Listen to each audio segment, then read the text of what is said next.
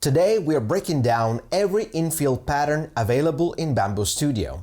What they actually do, which ones are strong, which ones are fast, and which ones you should never use for functional parts.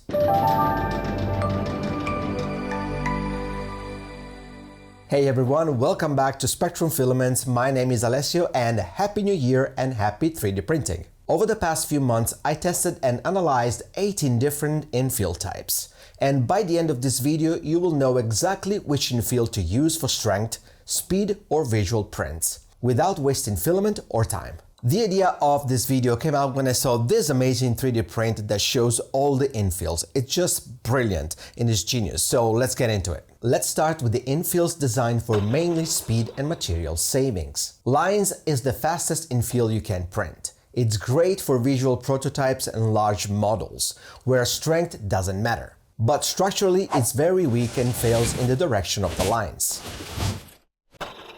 Instead, grid and rectilinear are common defaults. They print fast and are fine for basic utility prints, but they have clear weak points and poor impact resistance.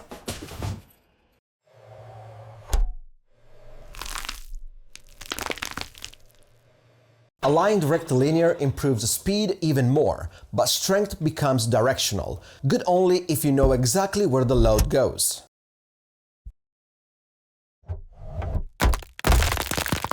The lightning infill uses a tree-like structure to support top surfaces only. It's perfect for display models and massive prints, but offers almost zero structural strength. These infills are about saving time and filament, not about durability. Now let's move into infills that balance strength, print time, and reliability.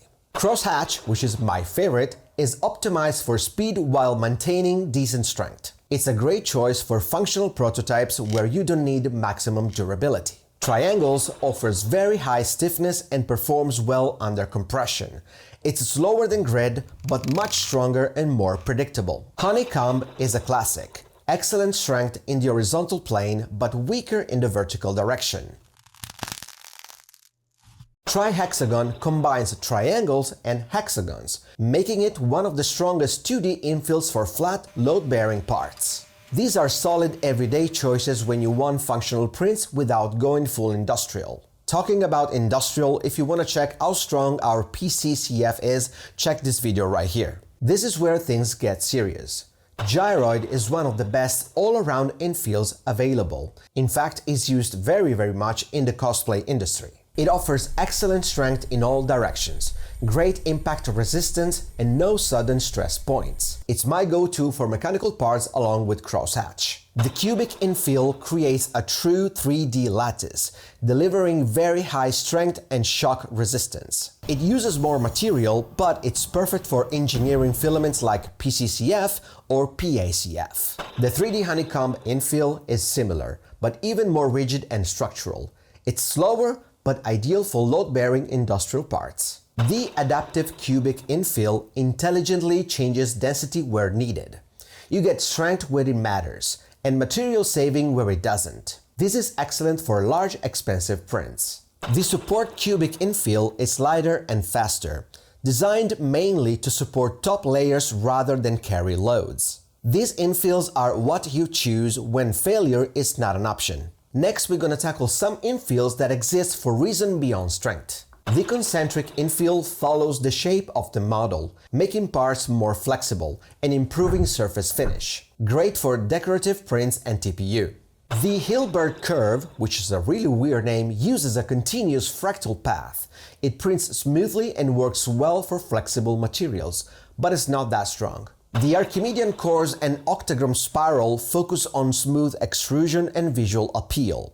They are perfect for artistic prints but not for mechanical use. These infills are about motion, flexibility, and looks, not raw strength. And finally, some recommendation based on my experience using these infills. For maximum strength, I would use cubic, 3D honeycomb, gyroid, and crosshatch. For best all-around performance, I would use gyroid and adaptive cubic. For fast prints and prototypes, lines, grid, crosshatch, lightning. But crosshatch, I would say, is very strong too. As for decorative or flexible prints, concentric, Hilbert curve, spiral patterns.